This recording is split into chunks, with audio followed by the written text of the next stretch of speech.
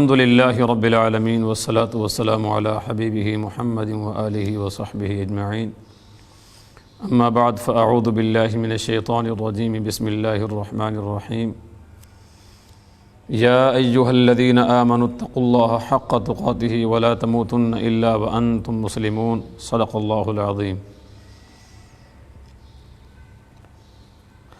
اے ایمان والو، اللہ سے ڈرو جیسے اس سے ڈرنے کا حق ہے، اور سوائے اسلام کے کسی حالت میں تمہیں موت نہ آئے۔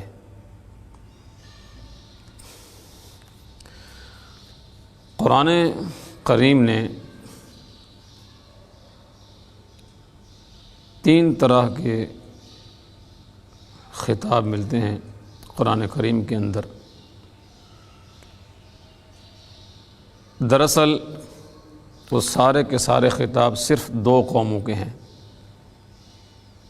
صرف دو قوموں کے کو قرآن کریم نے خطاب فرمایا۔ کہیں فرمایا یا ایھا الناس، اے لوگو،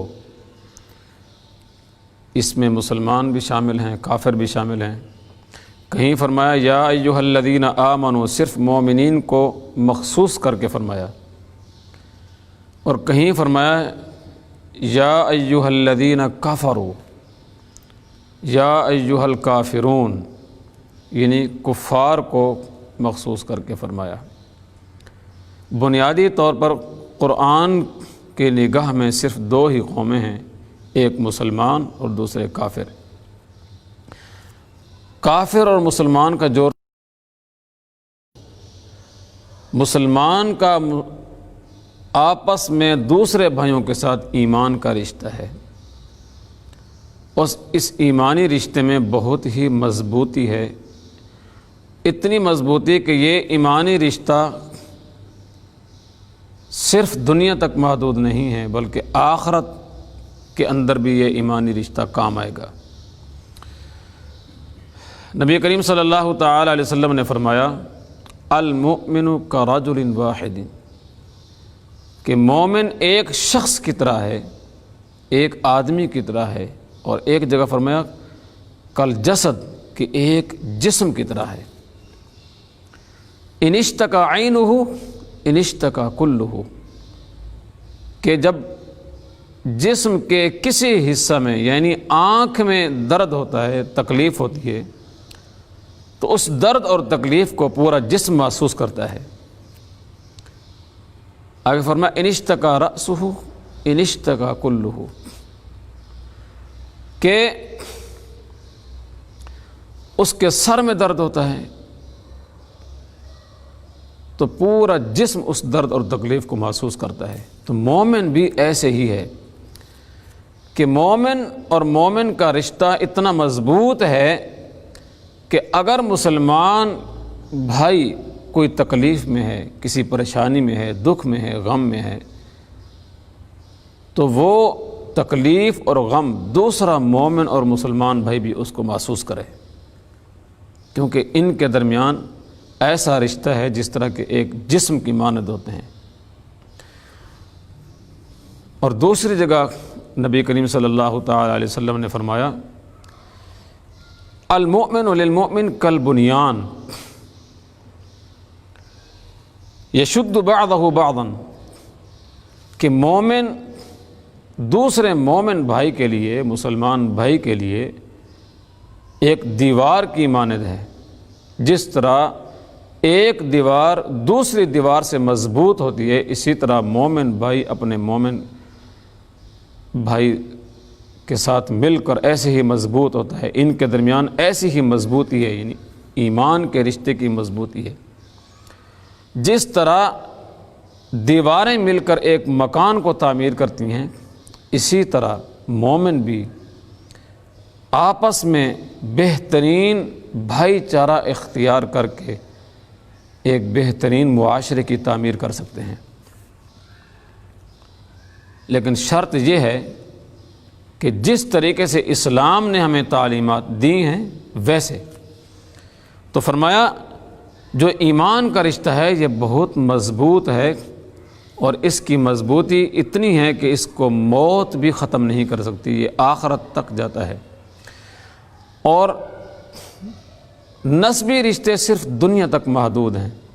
نبی کریم صلی اللہ تعالی علیہ وسلم نے فرمایا کہ جب بندہ مرتا ہے تو میت کے ساتھ 3 چیزیں جاتی ہیں، ایک اس کا مال، اس کے رشتہ دار اور اس کے اعمال۔ اعمال تو اس کے ساتھ رہ جاتے ہیں، مال اور رشتہ دار واپس آ جاتے ہیں، یعنی قبر تک وہ جاتے ہیں، دنیا تک ان کا تعلق ہے، آگے اس کا رشتہ داروں کا کوئی تعلق نہیں ہے۔ اب ایمانی رشتہ قبر کے ساتھ بھی جائے گا۔ تو فرمایا مومن مومن کا بھائی ہے۔ قرآن کریم میں فرمایا انما المؤمنون اخوة فاصلحوا بین اخویکم، کہ مومن مومن کا بھائی ہے۔ اگر کسی چپکلش کی وجہ سے کوئی لڑائی ہو جائے تو فاصلحوا بین اخویکم، تم اپنے بھائیوں کے درمیان صلح کرا دو تاکہ اس رشتے کے اندر کمزوری نہ آئے۔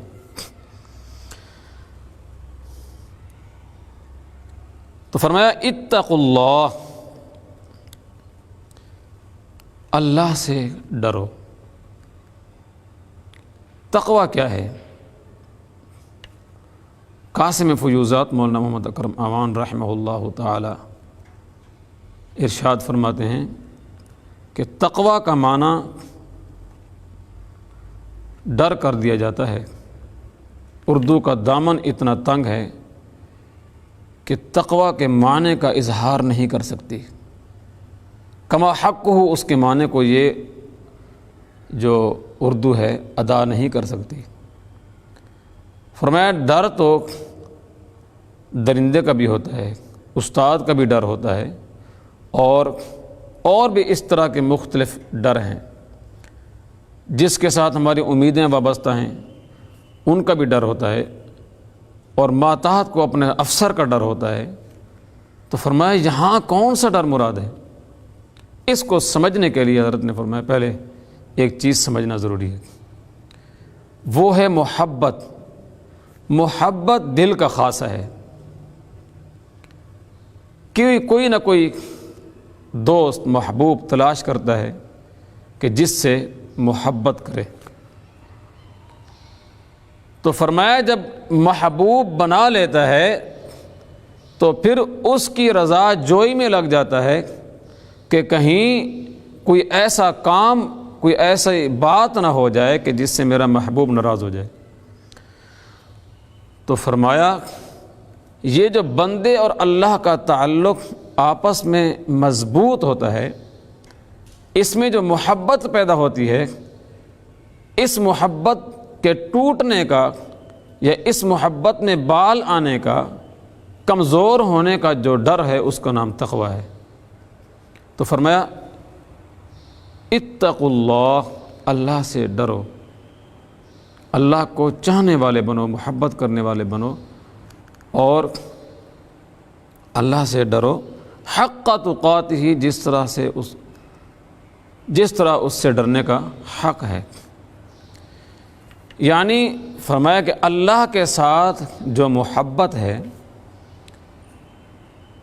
وہ اغراض اور شرائط سے پاک ہونی چاہیے۔ مثلا کوئی یہ نہ کہے کہ میں اللہ سے محبت اس وقت کروں گا جب میرے دنیاوی کام ہوں گے، میں اللہ سے اس وقت ڈروں گا جب میری معاشی حالت ٹھیک ہو جائے گی، میرے دنیاوی کام چل پڑیں گے۔ فرمایا ایسا نہیں، اللہ سے جو محبت کرنی ہے وہ غیر مشروط طریقے سے، اللہ کی عبادت اور محبت غیر مشروط ہو، کسی دنیاوی غرض کے ساتھ اس کو متعلق نہ کرو، اور اسی کا نام تقوی ہے۔ اور یہی فرمایا کہ اللہ سے ڈرو جس طرح کہ اس سے ڈرنے کا حق ہے، کہ اپنی جو عبادات ہیں، جو معاملات ہیں، یا جو بھی دل میں اللہ کا خوف ہے، محبت ہے، تو وہ غیر مشروط ہو، کسی دنیاوی غرض کی اس کے اندر کوئی شرط نہ ہو، کوئی دنیاوی غرض مقصود نہ ہو کہ یہ میرا کام ہوگا تو پھر میں اللہ کی عبادت کروں گا، ایک بات۔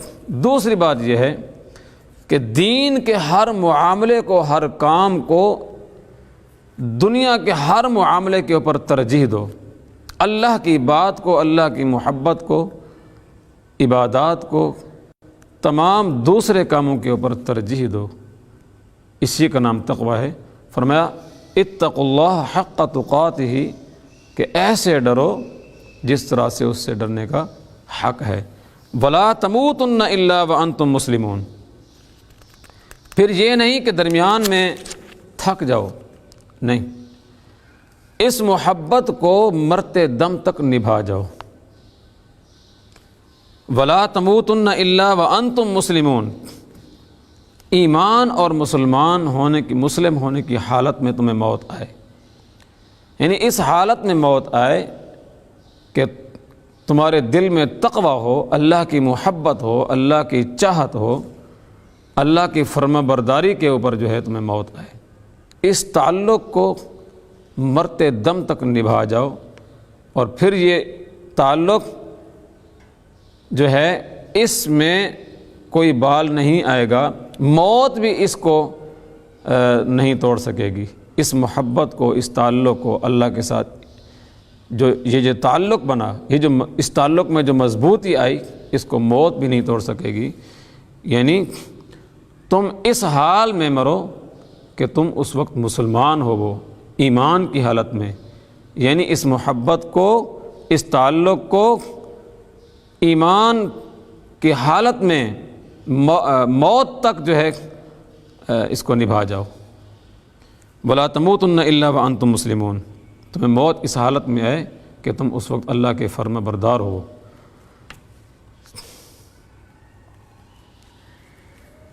قرآن کے اسباق میں آج 12واں سبق تھا، سورۃ آل عمران آیت نمبر 102 تھی۔ اللہ رب العزت ہمیں عمل کی توفیق عطا فرمائے۔ آگے اسباق کے فقہ کے اسباق میں آج تیمم کے بارے میں ہم پڑھیں گے۔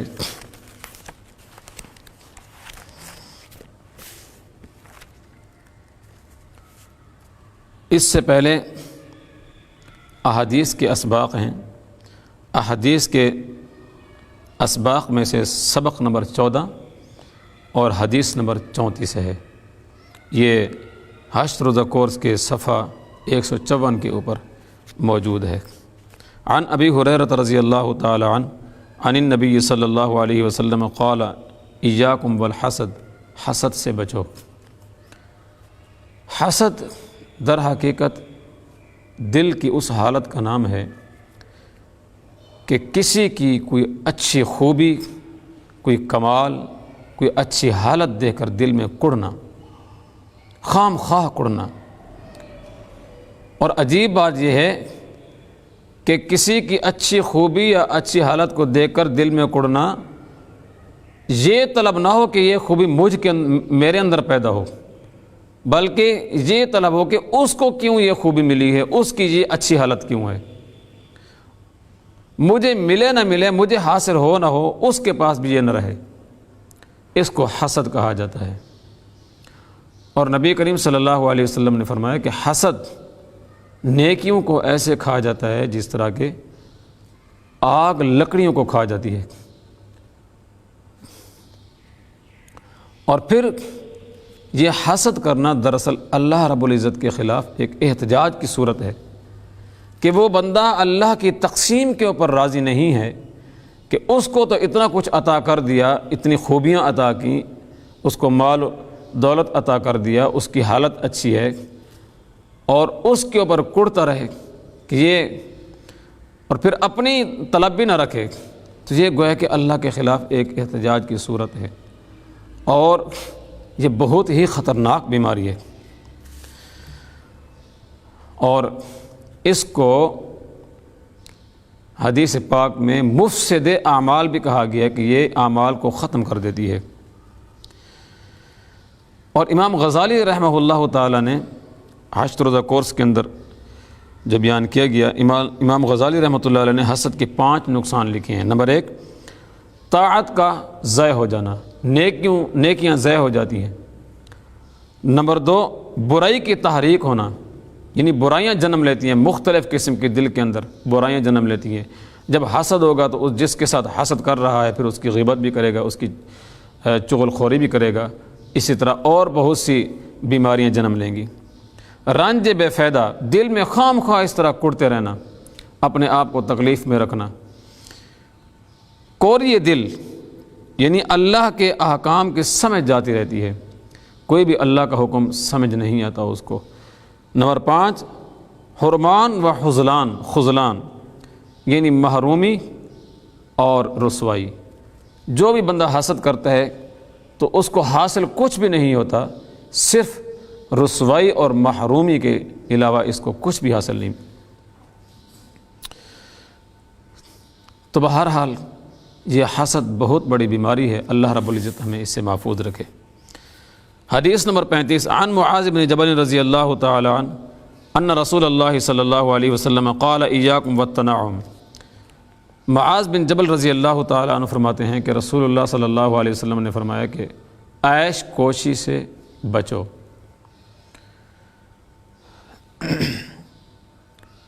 پرسکون زندگی کے لیے انسان کے لیے اتنا ضروری ہے کہ وہ جو اس کی ضروریات ہیں اگر وہ پوری ہو رہی ہیں اور درمیان میں کسی قسم کی رکاوٹ بھی نہیں آ رہی تو یہ اس کے لیے کافی ہے۔ جب حرص، طمع، لالچ بڑھتی ہے اور انسان کے اندر یہ طلب پیدا ہوتی ہے کہ میں عیش و عشرت کی زندگی گزاروں، تو اس صورت میں پھر اس خواہش کے ساتھ اور بھی بہت سی بیماریاں جنم لے لیتی ہیں۔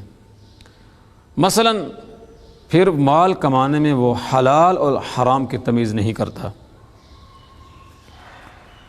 دوسرا یہ کہ بے عملی اور بد عملی کا رجحان بھی بن جاتا ہے، رجحان بھی پیدا ہو جاتا ہے، اور خود غرضی مطلب پرستی اس شخص میں آ جاتی ہے۔ تو نبی رحمت صلی اللہ تعالی علیہ وسلم نے اس لیے تنبیہ فرما دی کہ عیش کوشی سے بچو تاکہ تمہارے اندر دوسری بیماریاں جو ہے وہ جنم نہ لیں، اور قناعت کی زندگی اختیار کرو۔ حدیث نمبر 36، عن ابی ہریرہ رضی اللہ تعالی عنہ عن النبی صلی اللہ علیہ وسلم لا تجسسوا۔ رسول اللہ صلی اللہ علیہ وسلم نے فرمایا کہ کسی کی ٹوہ میں نہ رہو۔ ٹوہ میں رہنے کا مطلب یہ ہے کسی کے خفیہ عیب تلاش نہ کرو، اس طرح کی باتیں جو خامی میں آتی ہوں، جو کمیوں میں آتی ہوں، یعنی کسی کی خامی اور کمی یا برائی یہ تلاش نہ کرو، ٹوہ میں نہ رہو۔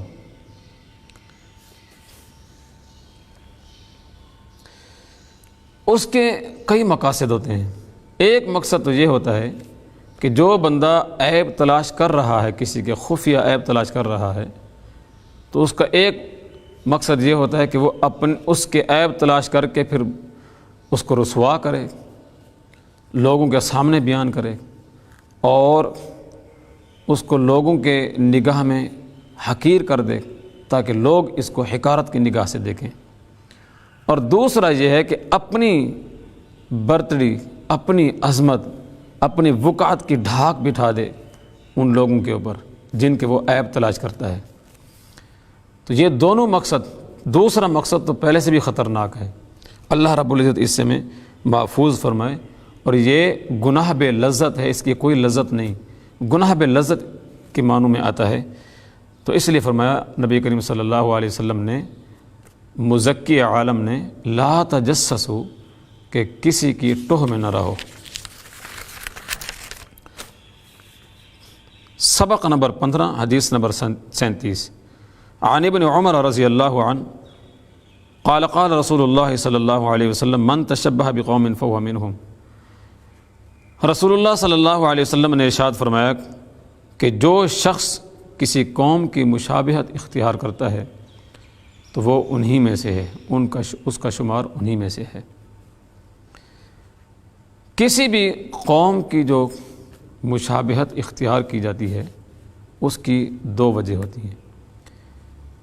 ایک یہ کہ جب آدمی اپنی تشخص کو چھوڑ کے غیر قوم کی مشابہت اختیار کرتا ہے، اس کی وجہ یہ ہے کہ اس کے اندر احساس کمتری ہے اور اپنے سے بالا تر وہ اس قوم کو سمجھتا ہے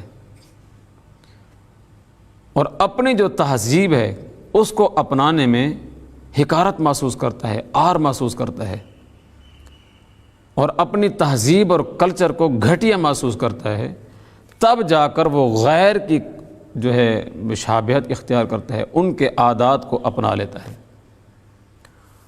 اور دوسری اس کی وجہ یہ ہے، تاریخی اعتبار سے تاریخی الفاظ ہیں، الناس علی دین ملوکہم، کہ لوگ اپنے صاحب اقتدار، اپنے بادشاہ کے دین کے اوپر ہوتے ہیں، یعنی لوگ صاحب اقتدار لوگوں کو دیکھتے ہیں اور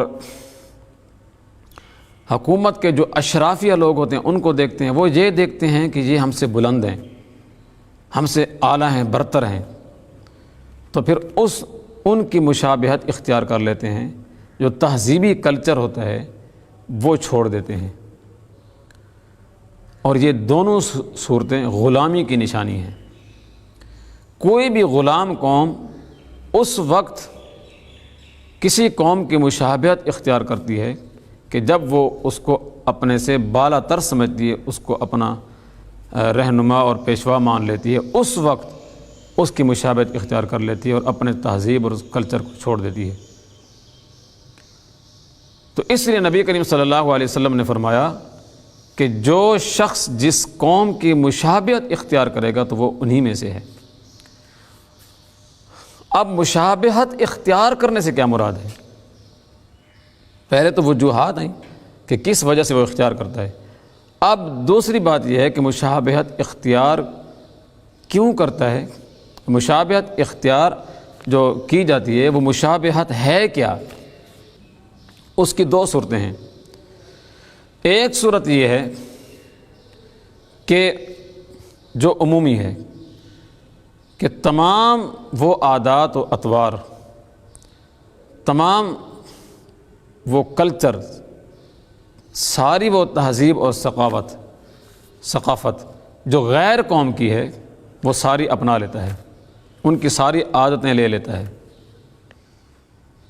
اور دوسری مشابہت یہ ہے جس کو ملا علی قاری رحمہ اللہ تعالی نے اپنایا ہے، وہ یہ ہے کہ ان کے جو مذہبی شعار ہیں، جو مذہبی علامتیں ہیں، جس سے کسی قوم کی پہچان ہوتی ہے، وہ اختیار کرتا ہے۔ جس طرح سکھ ہیں مخصوص طریقے سے پگڑی باندھتے ہیں، داڑھی مخصوص طریقے سے رکھتے ہیں، اور اسی طریقے سے جو اگر پگڑی نہ ہو بالوں کے اوپر ایک گٹھا سا بنا لیتے ہیں، ہاتھوں میں کڑے پہنتے ہیں، یہ سکھوں کی مذہبی علامات ہیں، مذہبی شعار ہے۔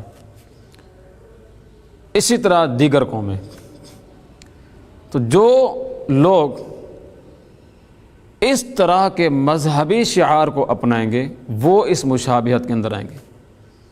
یہ ملا علی قاری رحمہ اللہ کی رائے ہے۔ لیکن اس میں ایک بات سمجھنے کی یہ ہے کہ اگر اپنی کوئی تہذیب، اپنے کلچر کو کی کوئی ایسی بات ہے، بہت خوبصورت بات، اس کو چھوڑ دیا، حقیر سمجھ کے دوسرے کے کلچر کو اپنا لیا، چاہے وہ اس کا مذہبی شعار نہیں بھی ہے، تب بھی یہ چیز مشابہت میں آئے گی، تشبہ کے اندر آئے گی۔ تو آپ صلی اللہ تعالی علیہ وسلم نے فرمایا کہ جو شخص دین اسلام کے کلچر اور تہذیب کو حقیر سمجھ کے غیر کی مشابہت اختیار کرے گا، غیر قوم کی کفار کی مشابہت اختیار کر لی، اس کی ثقافت اور اس کا کلچر اپنا لیا، تو فرمایا من تشبہ بقوم فہو منہم، جس شخص نے مشابہت اختیار کی وہ انہی میں سے ہوگا۔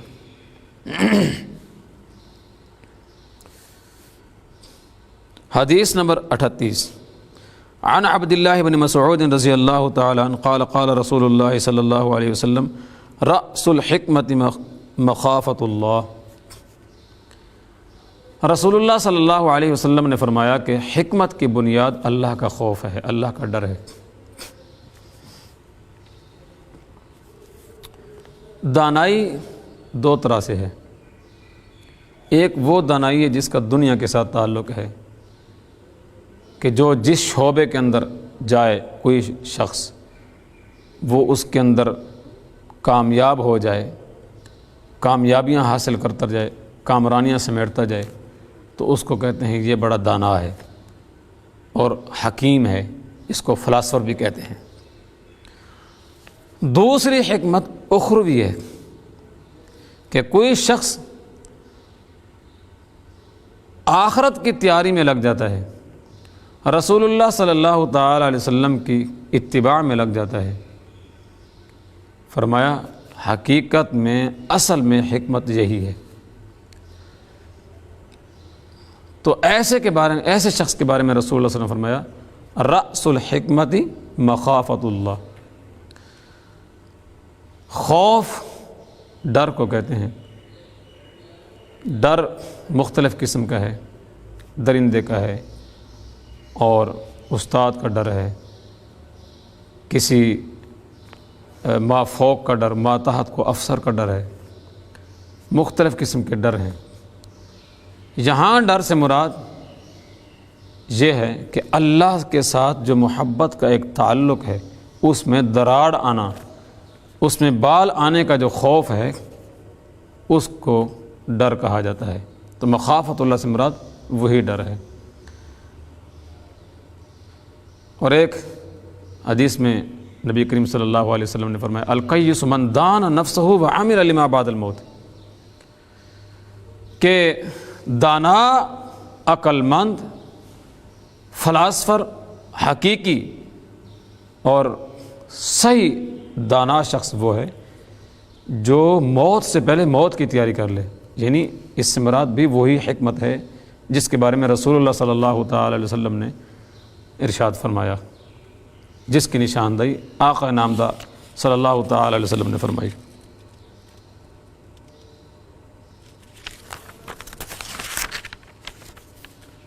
حدیث کے اسباق، آج 15واں سبق تھا. انشاءاللہ العزیز کل حدیث کے اسباق مکمل ہو جائیں گے. کل 16واں سبق پڑھیں گے.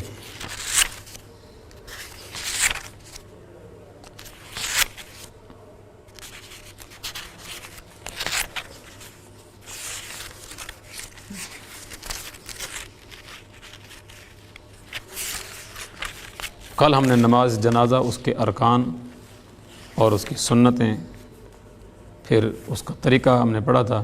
آج ہم تیمم کے بارے میں پڑھیں گے. اللہ رب العزت خالق کائنات ہیں. اللہ نے خود انسان کو پیدا کیا اور پھر چونکہ تخلیق انسان کی یہ رب العالمین کی ہے، اللہ نے انسان کو تخلیق کیا تو پھر اس کی تمام ضروریات، مجبوریاں وہ اللہ جانتا ہے. اللہ رب العزت کو اس کا علم تھا کہ انسان کو مختلف قسم کے مختلف مراحل میں مشکلات پیش آ سکتی ہیں، مجبوریاں ہو سکتی ہیں. تو مختلف مراحل میں مشکلات کی وجہ سے انسان کی جہاں جہاں مجبوریاں، مشکلات ہیں، تو اللہ رب العزت نے وہاں احکامات کے اندر بھی کچھ انسان کو رعایتیں دے دی ہیں کہ جو حکم نازل کیا گیا اگر مجبوری ہو تو اس میں رعایت ہے تو یہ بھی اختیار کر لیا جا سکتا ہے. چونکہ تخلیق خود اللہ نے کیا، اس کی مجبوریوں کو خود اللہ رب العزت ہی جانتے ہیں، تو پھر احکامات کے اندر بھی کچھ رعایتیں عطا فرما دیں مختلف مقامات کے اوپر، مختلف مجبوریوں کی صورت میں. تو نماز کا ایک حکم ہے، نماز کے لیے وضو کا ہونا شرط ہے، ضروری ہے. تو پھر وضو پانی کے ساتھ کیا جاتا ہے۔ تو کہیں بھی ایسی صورت پیش آ سکتی تھی کہ پانی نہ ملے یا کوئی بندہ بیمار ہو پانی کے ساتھ وضو نہ کر سکے، تو اس صورت میں کیا کرے؟ تو اللہ رب العزت نے تیمم کا حکم نازل فرمایا کہ وہ اس وقت تیمم کر لے۔ تیمم کیا ہے؟ پاک مٹی سے پاکی کی نیت سے طہارت حاصل کرنے کا نام تیمم ہے۔ جو بدن کو نجاست حکمیہ سے پاک کر دے۔ نجاست حکمیہ بظاہر نظر نہیں آتی، جو نجاست کے حکم میں ہوتی ہے۔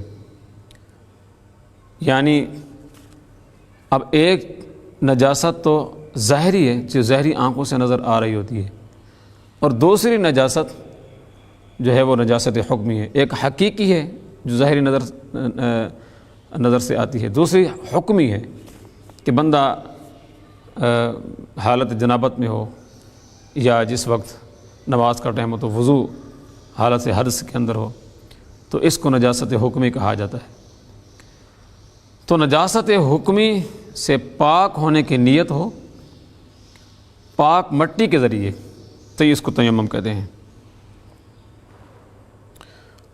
اور پھر یہ تیمم غسل اور وضو دونوں کے لیے ہے، اور اس کا طریقہ ایک ہی ہے، غسل کے لیے علیحدہ کوئی طریقہ نہیں ہے۔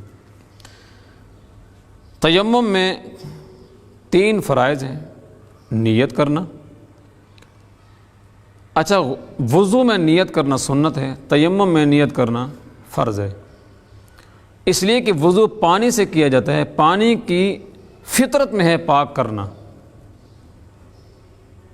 وہ اصل ہے، اور مٹی جو ہے یہ قائم مقام ہے، اس لیے قائم مقام کے اندر اصلیت لانے کے لیے نیت شرط ہے۔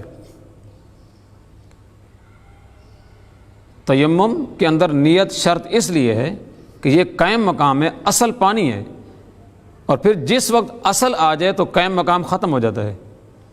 یعنی جس وقت پانی مل جائے تو تیمم ختم۔ تو اس لیے فرمایا کہ تیمم کے اندر نیت کیا ہے، یہ ضروری ہے، شرط ہے۔ نمبر 2، دونوں ہاتھ مٹی کے اوپر اس طرح مارے اور پھر ہلکا سا اس کو جھاڑے تاکہ فضول مٹی اتر جائے، اور اس کو پورے منہ کے اوپر مل دے تاکہ کوئی ایسی جگہ خالی نہ رہے کہ جس کے اوپر ہاتھ نہ پھیرا ہو۔ اور تیسرا یہ ہے کہ پھر دوسری مرتبہ ہاتھ مٹی پر مارے، پھر اس کو اپنے بازوں کے اوپر، ہاتھوں کے اوپر بازوں سمیت مل لے۔ یہ اس کے فرائض ہیں، 3 فرض ہیں۔ تیمم کا طریقہ یہ ہے، ناپاکی دور کرنے کی نیت کرے اور نماز پڑھنے کے لیے تیمم کرے۔ اس کے اور بھی مختلف مسائل ہیں، چھوٹے چھوٹے جزیات ہیں، اس میں جانا نہیں چاہوں گا، صرف جو کورس کے اندر ہے اسی کو جو ہے ملاحظہ فرمائیں۔ پھر دونوں ہاتھوں کو ایسی جگہ رکھے جو مٹی کے جنس سے ہو، یعنی پاکی اس چیز سے حاصل کی جائے جو خود مٹی ہو یا مٹی کے حکم میں ہو، جو مٹی سے لی گئی ہو، مٹی کے جنس میں سے ہو، مثلا مٹی، ریت، پتھر وغیرہ، اس پر ہاتھ مار کر جھاڑ دے تاکہ فالتو جو مٹی ہے وہ اتر جائے۔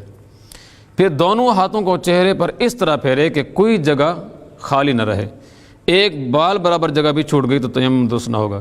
پھر دوسری مرتبہ دونوں ہاتھ نیچے پشت کی طرف، پھر دوسری مرتبہ دونوں ہاتھ مٹی پر مارے اور انہیں جھاڑ کر پہلے بائیں ہاتھ کی چھنگلیا کی طرف سے 3 انگلیاں دائیں ہاتھ کی 3 انگلیوں کے سروں کے نیچے پشت کی طرف کھینچتا ہوا کونی تک لے جا کر بازو کو موڑ دے تاکہ کونیوں کا مسح بھی ہو جائے۔ اس کی صورت یہ ہے کہ یہ بائیں ہاتھ ہیں، اس بائیں ہاتھ کی یہ 3 انگلیاں اور دائیں ہاتھ کی یہ 3 انگلیاں اس طریقے سے پوروں کے اوپر سے ایسے جو ہے پھیرتا ہوا نیچے تک لے جائے اور کوہنیوں تک پھر اس طرح موڑ دے، اور یہ کوہنی جو بچی اوپر سے، اور پھر یہ ہاتھ بچا ہوا ہے، ادھر سے یہ اوپر والا حصہ جو ہے یہ بچا ہوا ہے، نیچے والا حصہ یہ بچا ہوا ہے، تو اس کو موڑتے ہوئے اس طرح کرتے ہوئے، اور یہ بائیں ہاتھ کی شہادت والی انگلی دائیں ہاتھ کی شہادت والی انگلی اور انگوٹھے کے درمیان آ جائے، اور بائیں ہاتھ کا انگوٹھا دائیں ہاتھ کی شہادت والی انگلی پر پھر جائے، اس طریقے سے یہ ایسے کرنا ہے، ایسے، اور پھر ایسے اس کو پھیر دے۔ اسی طرح دوسرے بازو کا تیمم مکمل کرے، آخر میں انگلیوں کا خلال کرے۔ خواتین نے اگر چوڑیاں وغیرہ اتار لیں تاکہ پہنی ہوئی ہیں تو ان کو اتار لیا جائے تاکہ کوئی جگہ خالی نہ رہے۔ آگے غسل۔ زندگی میں ایسے حالات بھی پیش آتے رہتے ہیں کہ جن میں وضو والی جو طہارت ہے یہ کافی نہیں ہوتی، غسل کی ضرورت پڑتی ہے، تو اللہ رب العزت نے اس کا بھی طریقہ کار، نبی کریم صلی اللہ تعالی علیہ وسلم نے اس کا بھی طریقہ کار ارشاد فرما دیا۔ غسل کب فرض ہوتا ہے؟ جنسی صحبت کرنا، بدخوابی میں احتلام ہونا، جب عورت حیض و نفاس سے پاک ہو جائے۔ یہ جو پہلی ہے اس کو تھوڑا سا تبدیل کر کے میں اس کو عموم میں لے آؤں گا کہ نجاست کا شہوت کے ذریعے خارج ہونا، یہ کوئی بھی صورت اس کی ہو سکتی ہے، نجاست کا شہوت کے ذریعے خارج ہونا یہ غسل کو واجب کر دیتا ہے۔ بدخوابی میں احتلام ہو جائے، اس کے اندر پہلی صورت کے اندر یہ بھی آ جائے گی۔ جب بدخوابی میں احتلام ہو جانا، اس کی علیحدہ صورتیں ہیں۔ جب عورت حیض و نفاس سے پاک ہو جائے اس پر غسل واجب ہے۔ غسل کے فرائض کلی کرنا، ناک میں پانی چڑھانا اور پورے جسم پر اتنا پانی بہانا کہ کوئی جسم کا حصہ بال برابر بھی خالی نہ رہے۔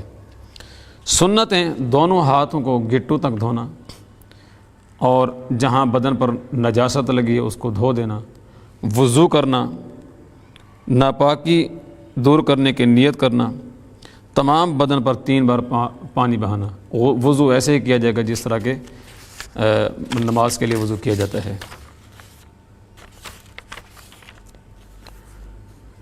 چند شرعی اصطلاحات۔ کوئی بھی علم ہے اس کو سیکھنے کے لیے اس کی اصطلاحات کا سیکھنا ضروری ہے۔ فقہ کا بھی علم ہے، اس کو سیکھنے کے لیے، اس کو حاصل کرنے کے لیے اس کی بھی جو ہے اصطلاحات ضروری ہیں۔ چند ضروری جو اصطلاحات ہیں وہ یہاں بیان کی گئی ہیں۔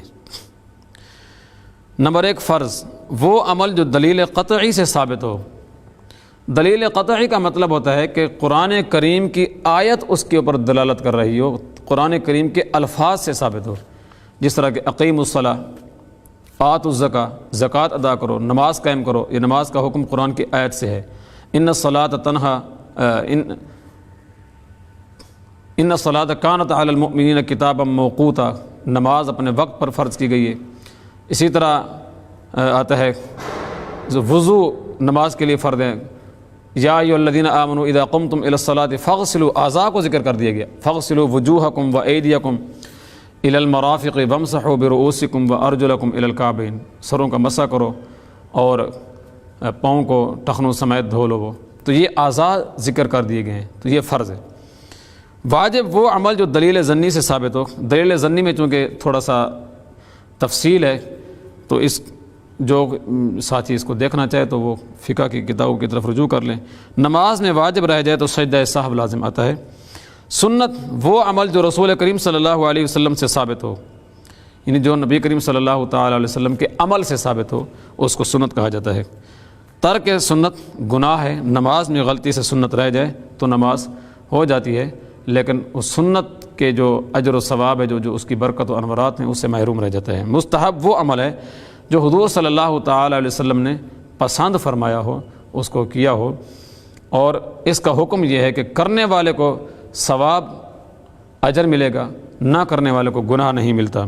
مباح وہ عمل ہے جس کا جواز ہو، جس کی اجازت ہو کرنے کی، لیکن اس کے کرنے یا نہ کرنے کے اوپر ثواب نہ ہو۔ اور حرام وہ عمل ہے جس کی ممانعت دلیل قطعی سے ثابت ہو، قرآن کریم کے الفاظ سے اس کی حرمت ثابت ہو، جس طرح ولا تقربوا الزنا، زنا کے قریب نہ جاؤ۔ اسی طریقے سے یا ایھا الذین آمنوا انما الخمر والمیسر والانصاب والازلام، یہ ساری برائیاں بیان کر کے فرمایا فاجتنبوا، اس سے بچو، یعنی کہ قرآن کی نص سے، قرآن کے الفاظ سے ان کی ممانعت ثابت ہے، تو یہ حرام ہوا۔ اور حرام کو حلال سمجھنا تو کفر ہے، اور حرام کا ارتکاب کرنا گناہ کبیرہ ہے، اور اس میں بہت بڑا عذاب ہے۔ مکروہ وہ ناپسندیدہ کام جس کی ممانعت ہو، اس کی دو قسمیں ہیں، مکروہ تحریمی اور مکروہ تنزیہی۔ مکروہ تحریمی وہ ہے جو قریب الحرام ہو، حرام کے قریب الحرام نہ ہو لیکن حرام کے قریب ہو، اس کا کرنا بھی گناہ ہے۔ اور مکروہ تنزیہی وہ ہے جو ناپسندیدہ عمل ہو، اس سے بچنا بہتر ہے۔ مفسد وہ عمل، مفسد عمل ہوتا ہے وہ ایسا عمل ہوتا ہے جو کسی بھی جائز عمل کو باطل کر دے۔ نماز کے اندر کوئی ایسا جو ہے فیل کر لیا، کوئی ایسا کام ہو گیا جو خارج الصلاۃ ہے، نماز سے باہر کا ہے، وہ کر لیا، بات کر لی کسی سے، تو وہ نماز کو فاسد کر دیتا ہے، بات کرنا یا ہنسنا شروع کر دیا نماز کے اندر، یا کوئی بھی ایسا کام جو مفسد نماز ہے۔ تو نماز چونکہ ایک عمل ہے، جائز عمل ہے، عبادت ہے، تو اس کو دوسرے عمل نے جو مفسد تھا اس کو باطل کر دیا نماز کو۔ تو مفسد وہ عمل ہے جو کسی بھی جائز عمل کو باطل کر دے۔ تو آج کے جو فقہ کے اسباب ہیں وہ مکمل ہو گئے ہیں ہمارے، اور انشاءاللہ العزیز کل حدیث کے اسباب بھی مکمل ہو جائیں گے۔ تو پھر جو ہے قرآن کریم کے جو اسباق رہتے ہیں وہ، اور پھر انشاءاللہ عربی کے جو اسباق رہتے ہیں وہ ہم کریں گے۔ اللہ رب العزت دین رسول اللہ صلی اللہ علیہ وسلم پر عمل کرنے کی توفیق عطا فرمائے۔ وآخر دعوانا ان الحمد للہ رب العالمین۔